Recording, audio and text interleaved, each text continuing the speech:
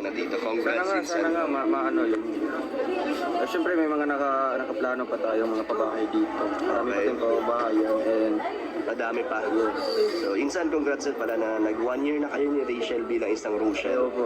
Ano ba ang sikreto, Insan, na tumagal kayo ng ganun na nalagpasan nyo lahat ng mga negative na bashers, na ang dami nyo narinig, na dami nyo tinanggap, di ba? Pero nandito pa rin kayo magkasama at naging mas matatag.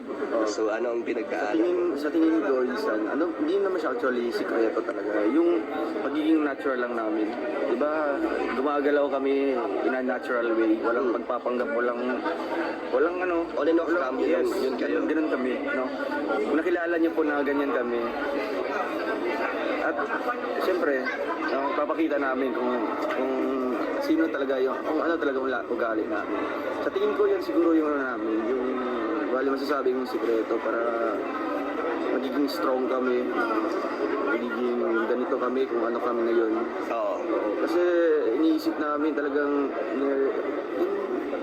iniisip namin yung mga pinagdadaanan namin noon pa man. Nung nagsimula pa lang kami dito, na kaliwat kanan yung mga bashing, ganyan. May isa nang sumuko, no, silang Talaga?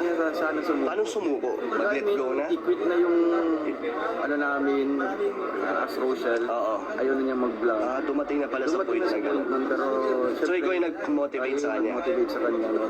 Wala naman pwedeng mag-ano sa kanya, yung ibuboost yung confidence niya, ganyan. Nagpapayo din tayo. Kaya ito, successful naman kasi nakinig siya, talagang yung ano talaga niya, yung talagang sinusunod niya yung mga payo ko, yung mga advices ko sa kanya. So ngayon, yung mga naging weaknesses, strength nyo na sila ngayon. Parang yun yung condition nyo, di ba? Mukhang doon kami mas lalong Tumibay, tumibay. Kasi nga, pinarealize ko sa kanya, kung mag-indulge tayo ng oras sa kanila, yung mag-invest tayo ng oras sa kanila para mag-rebut, para mag-ano ba mapapala natin? So yun, iniisip namin, talagang siguro na-realize din niya na wala naman tayong mapapala dyan kung papatulan natin yun. Tama. So yun, natututo siya sa mga ganong paraan lang, simpleng bagay lang na papaalala ko sa kanya na huwag nang maglaan, huwag nang mag-invest ng oras Sa mga negativity. So, Roel, dahil sa inyo ngayon, yung community, sobrang solid na. Dahil sa pinapakita nyo nga na wala kayong halong kaplastikan, on and off cam, talagang doon kayo minahal, no? Nakita nila yung sincerity nyo sa isa't isa. Ano ba meron na ngayon sa inyo? Nabubuo sa inyo ni Rachel? Grabe. Siyempre, yung... Same pa lang, like that. And yun nga, sabi mo, di ba, what you see is what you get. Parang kung ano na yung nakikita nila, sila na bahala. Ayun na bahala mag-isip ko. Pero, alam naman po namin yung ano namin talaga. Yung sino talaga kami, kung saan po kami talaga. Ano namin dito sa pag-YouTube. Yung stand namin ditong dalawa. Pero, siyempre, nirespeto din namin yung mga bawat opinion ng bawat isang tao. No? Kaya, kung ano mga iniisip nila, sa kanila yun, naras sa kanila. Opinion nila yun. Opinion nila yun. So, Insan, salamat. So, Insan, ano ang masasabi mo sa inyong Rochelle fanatics or community ninyo? Rochelle community. Yun, maraming salamat po sa mga naniniwala, sumuporta at nagmamahal po sa amin nilang daan. Pinapakita lang po namin kung ano po kami, no?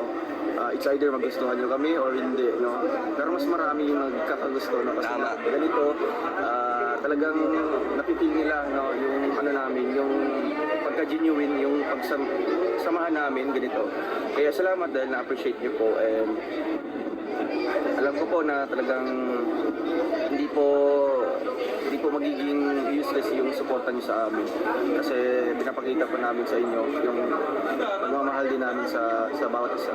Yung sukli na binibigay nyo is yung mga nakikita nila sa vlogs nyo. Pinapakita namin yung sabihin mo natin yung stress reliever, ganyan. No?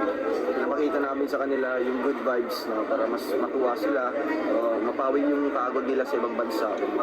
In that way lamang po kami makapagbigay, makapagsupli sa kanilang pagmamahal sa amin. Alam mo, malaking bagay yun sa mga OFW, yung saya na naibibigay nyo, yung kilig, diba? Maraming nagano sa atin, no? Nag-share sa atin na kung hindi daw dumating yung Rochelle, baka nauwi na sa depression, anxiety, diba? Depression. Grabe, ang laki na impact nyo sa kanila. Kaya, ayun, blessing in disguise po kasi nakilala at nabuo, no, ang Rochelle. Kalinga Prab, credited to kay Kalinga Prab kay Kuya Bad. Kaya, lahat natin sila pasalamatan ko, no? Kung wala din po sila, wala din pong nabuong racial or walang racial community. At syempre dahil sa inyong racial, kaya naging mas matatag. Yes, kaya wino-workout talaga namin, no, kung ano meron kami, talagang pinipreserve namin, no, as an individual or as a pair, ganyan, as a love team. Tama. Kaya, ayun po, no, at sana kung ano mang mangyari sa taong ito, no, sana supportahan niyo pa rin po kami kung ano mang mga desisyon namin. Salamat po sa inyong walang sawang suporta po sa amin. So insan, one quick question. Walang totoo sa mga issues about sa atin na hinuan. Ay, wala po. Wala talaga. No? So ito tayo ngayon, nagsasama-sama. Yun nga po, ang may papayo ko lang po, doon po kayo maniwala po sa mismong naka-experience or mismong nakasama namin. No? Huwag po kayo maniwala po sa sabi-sabi lang. No? Sila po ay nagpapagulo lamang po sa relationship namin as family or mas kamag-anak. Tsaka hindi tayo affected. Di ba sa atin walang ilangan na or awkward na pag magkakasama tayo. Talagang natural lang na ano tayo. Siguro yung mga bagay na yan is talagang sinusubok. No? Normal lang naman yan sa Marami. social media. Tama.